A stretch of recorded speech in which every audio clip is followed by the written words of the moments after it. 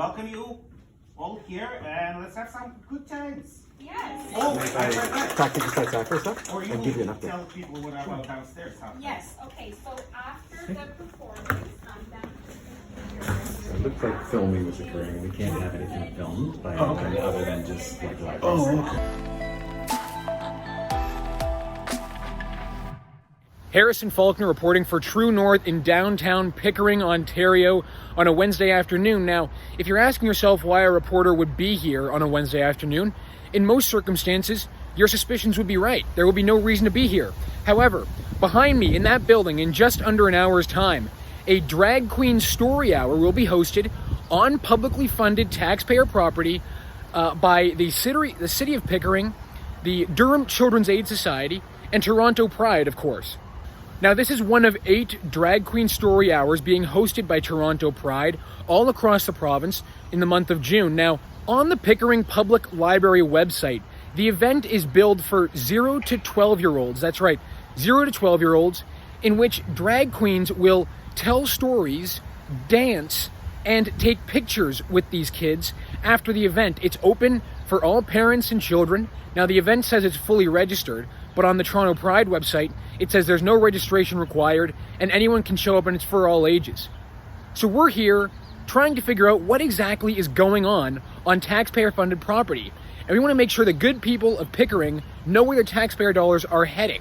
My name is Max and I'm with the Children's Aid Society and I want to welcome you to our second Drag Queen Story Time this year. For the first time after 3 years, and I know Lucy is excited to be with us because she was over the camera for 2 years seeing all of us, and I know lots of people were excited to see her here. So I'll tell you why we are here. Back in 2017, we had a little special friend who said that they don't feel safe going to library or going to school or going to park with their friends. So we got together and we called all of our friends and we got on board the Durham Regional Police Service and the school board as well as Durham Region, and we embarked on the journey of creating safe spaces for all children and creating spaces where everyone can be celebrated and feel safe. And I'm happy to report, so today we have over 30 organizations who joined us and made sure that they let everyone know that they're welcome in their spaces. No matter who you are, you're welcome there and you will have fun with them. So welcome you all here and let's have some good times. Yes. Oh, I forgot. Practice Taxpayer stuff Or you and give you an will update. tell people what about downstairs. Huh? Yes. Okay. So after the performance, It looks like filming was occurring. We can't have anything filmed by anything other than just like live. Take a look. Yeah, because I'm wondering if there's a way that I'd be able to watch the Zoom itself. Yeah. Yeah, that's it. Perfect. Okay, let's head on downstairs because I'll see if she's even in today. With COVID again, like we're all working. Wearing the red scarf, but again, doesn't look very red to me. I don't know what's going to happen to our friend here. That's cute.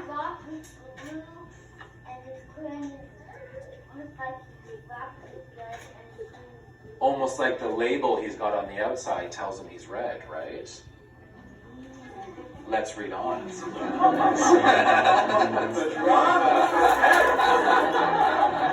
No, actually our goal is not to teach about LGBTQ. Actually our goal is to provide alternatives for people and kids to go and see something different and something bright and, learn about being themselves and accepting themselves.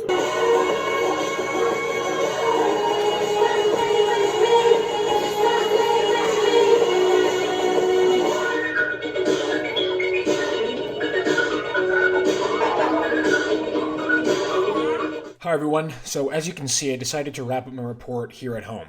So when I arrived at the venue, I immediately introduced myself to the organizers as a journalist, and when the event started, I began recording. It was shortly thereafter, and you saw it at the beginning of the video, where the organizers asked me to step outside and they informed me that they weren't permitting the recording of the event. The only people that were allowed to record the event was going to be the library. A journalist wasn't allowed to record, a parent wasn't allowed to record, and a concerned taxpayer wasn't allowed to record the event. So the only people with footage of the event is the Pickering Public Library. The event organizer then asked for my contact information and showed me downstairs, where he told me I was allowed to record what was going on a TV screen, where a live feed of the event was being displayed for an overflow crowd. I spoke with Maxim Kryukov of the Durham Children's Aid Society. He's the one you see at the beginning of the video introducing the men to the children. I asked him why he felt that the event was appropriate to be marketed for children, given that it's on public property at a public library. We all know that drag performances are held at bars where alcohol is involved, and it's clearly an adult thing. It's clearly not designed for children. So I asked him why he felt that an event like this, specifically for kids, was appropriate to be held at a public library. Here's what he had to say. Why would an event like this be targeted specifically for children rather than, for example, at a library, rather than for the general public?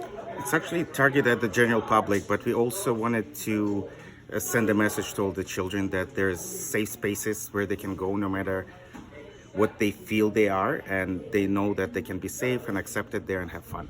So, interestingly, he told me that the event wasn't specifically for kids. It was for the general public, even though the Pickering Public Library website clearly states that it's for 0 to 12-year-olds.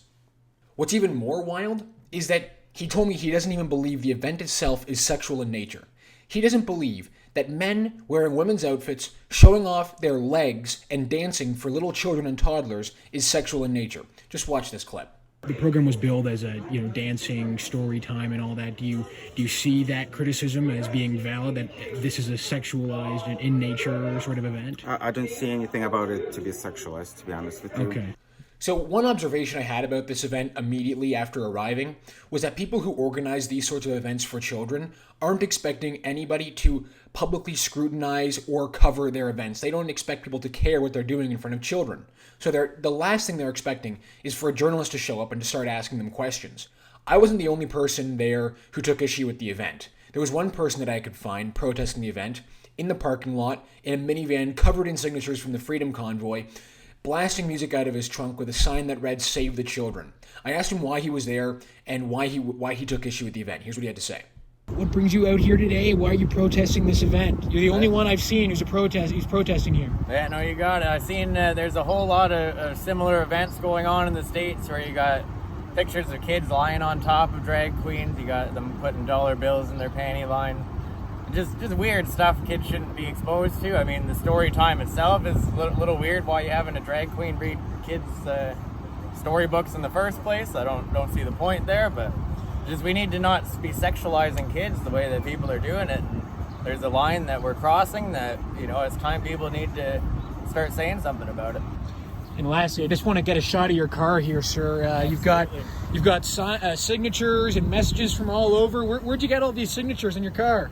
This was right outside the Supreme Court on the convoy, and stayed there the entire time. Stayed there quite a while after, and still out here fighting for freedom. The only person with any footage of this event outside of the library is myself. That's because the library has refused to release the footage to the public.